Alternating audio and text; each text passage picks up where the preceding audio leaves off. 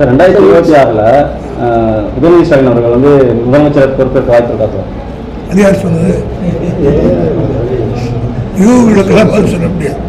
நாங்கள் வந்து எங்களுக்கு வந்து ஒரு அண்ணா வந்து பெரியார் அண்ணா வச்சுட்டு இருந்தார், அண்ணா கலைஞர் வச்சுருந்தார், கலைஞர் தளபதி வச்சுட்டு இருந்தார்.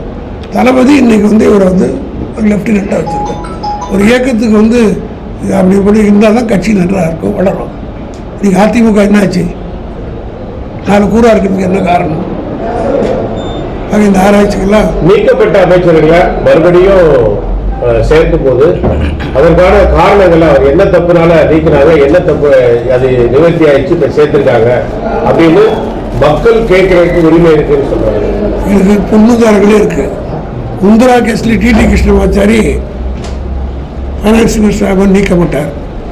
அதே டிடி கிருஷ்ணமாச்சாரியை பண்டிதர் ஜவஹர்லால் நேரு அவர்கள், காங்கிரஸ் பேரில் நேரு அவர்கள் இந்த குற்றச்சாட்டை சொன்னவரே வந்து இந்திரா காந்தியுடைய கணவர் தான் பார்லிமெண்ட்டில் சொன்னவர்.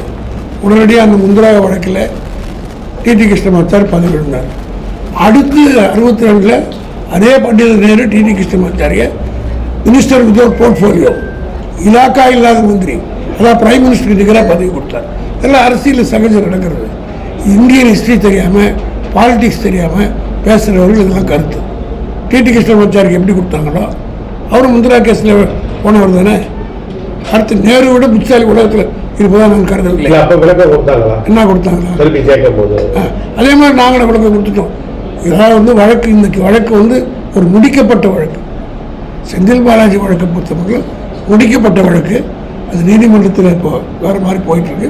வழக்கெல்லாம் நீதிமன்றத்தில் இருக்கிறதுனால அதுக்குள்ளே நான் சொல்ல விரும்பவில்லை.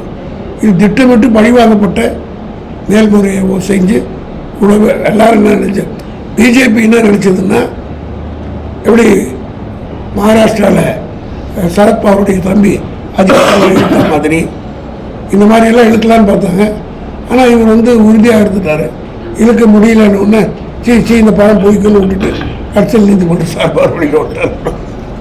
எச் ராஜா வந்து 60-70 ஆண்டுகளாக வந்து திமுக தலைமை அமைச்சர்களுக்கு தலைமை ஒரு அதிகாரமும் இல்லை. ஆனால் வந்து ஒரு குடும்ப அரசு சொல்லி எச் ராஜா வந்து அதை பற்றி கேட்குற அருகதையும் யோகியதையும் லோக்கல் ஸ்டாண்டிங் எச் ராஜா கிடையாது. அதை பற்றி சுதர்சனம் கேட்கலாம், கேபி சங்கர் கேட்கலாம், இங்கே உட்காந்து திமுக தொண்டன் கேட்கலாம். எச் ராஜாக்கெல்லாம் கிடையாது. செய்திகளை உடனுக்குடன் தெரிந்து கொள்ள உடனே சப்ஸ்கிரைப் பண்ணுங்க.